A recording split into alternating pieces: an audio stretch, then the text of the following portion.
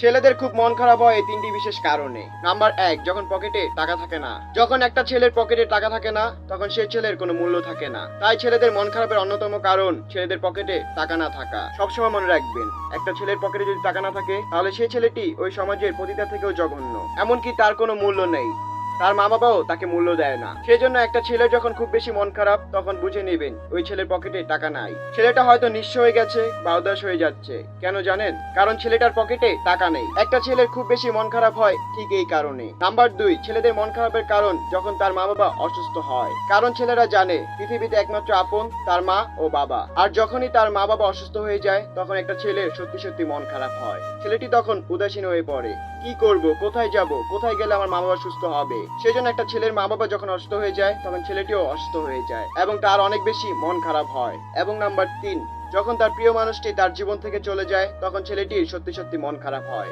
একটা ছেলে কিন্তু কাঁদতে পারে না। কেন জানেন? আমাদের এই সমাজ শিখিয়েছে তুমি পুরুষ, তুমি কাঁদতে পারবে না। তুমি পুরুষ, তোমার আত্মমর্যাদা আছে, তুমি কখনোই কাঁদতে পারবে না। এই জন্য পুরুষ মানুষ কখনো কাঁদতে পারে না। চাইলে পুরুষ মানুষের চোখে জল আসে না, কিন্তু মন খারাপ হয়। পুরুষ মানুষের মন খারাপ হয় যখন তার প্রিয় মানুষটি অন্য কারোর হয়ে যায় বা তাকে ছেড়ে চলে যায়। এই কারণে পুরুষ মানুষ অনেক বেশি কষ্ট পায়। এই তিনটি কথা বললাম, এই তিনটি কারণে পুরুষ মানুষের অনেক বেশি মন খারাপ হয়। যখন তার পকেটে টাকা থাকে না, তার মা বাবা অসুস্থ হয়, যখন তার প্রিয় মানুষ তাকে ছেড়ে চলে যায়। এই তিনটি কারণ একটি পুরুষকে ধ্বংস করে দিতে পারে। একটা পুরুষ তছনছ হয়ে যেতে পারে।